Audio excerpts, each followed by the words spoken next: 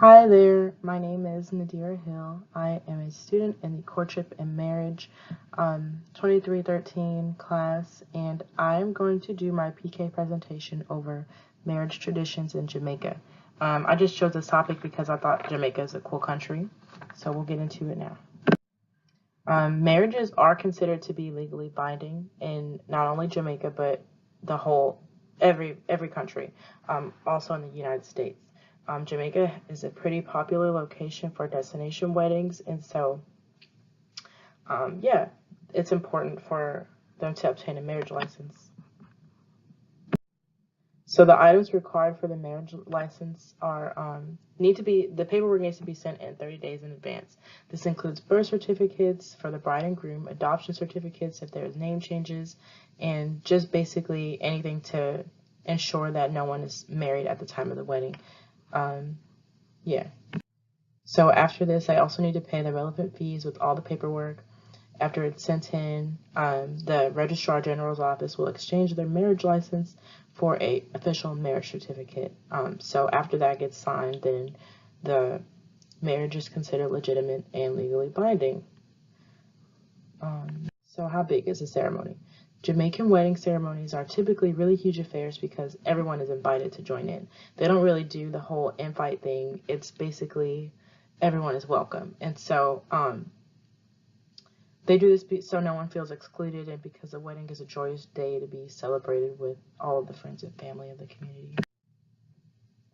So what does a wedding taste like? Staple foods in Jamaica include oxtails, jerk chicken, rum for sure, and goat curry. So the bride and groom actually select their goat that they want to be cooked for their wedding day, and that will be marinated in seasonings and served for the wedding guests.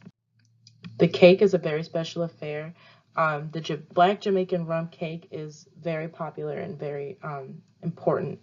So this cake will be reserved for the bride and groom only. Other guests who attend the wedding will be served a different cake, but this cake is special because it has its own procession and it's been soaked in rum. So the night before the wedding, the bride's mother will prepare a special tea made from lemongrass and lavender. The groom will spend the evening playing dominoes with his friends, and the bride will hear other stories from other women in her family from their wedding night. So who pays for the wedding? The costs are normally split between the bride and groom's family. Normal wedding expenses includes the marriage certificate, the food, the drinks, the venue, a wedding planner if they choose to use one. So in Jamaica, people associate weddings with money. So this is basically a time for people to show out how much money they have. After the reception, the Sunday after the wedding, it is expected that everyone who attended the wedding to also attend church services with the bride and groom just to help bring in their new marriage. And afterwards, there will typically be another reception type event that people are expected to go to. This is called Ton Tank Sunday. So how old do you have to be to get married? Legally, you have to be 16 years old, but however, this is not the norm. There aren't really 16-year-olds getting married in Jamaica nowadays. People are waiting until their 30s and 40s, until later adulthood to start that. Also, people participate in common law relationships, which is not marriage, but kind of. So the wedding attire is very formal. The bride will be wearing a white dress, typically, and the groom will be in suit and tie. Bright colors are very traditional features of weddings in Jamaica. Orange and green are popular colors. Gender roles in the marriage. So men are the breadwinners. Men are the ones who go to work and make the most of the money for the household. Women take care of the children and the cooking and cleaning and other household duties. And women can work up until she has her first child. After that, she's expected to stay home and take care of the house. After the wedding, the couple will normally live on their own already. It is not typical for married couples to live with their parents. Normally, they already have an apartment or a house, and they will live on their own. So that is expected. They don't really stay with their parents. The role of the bride and groom's parents is kind of like they're just there for support and guidance and questions.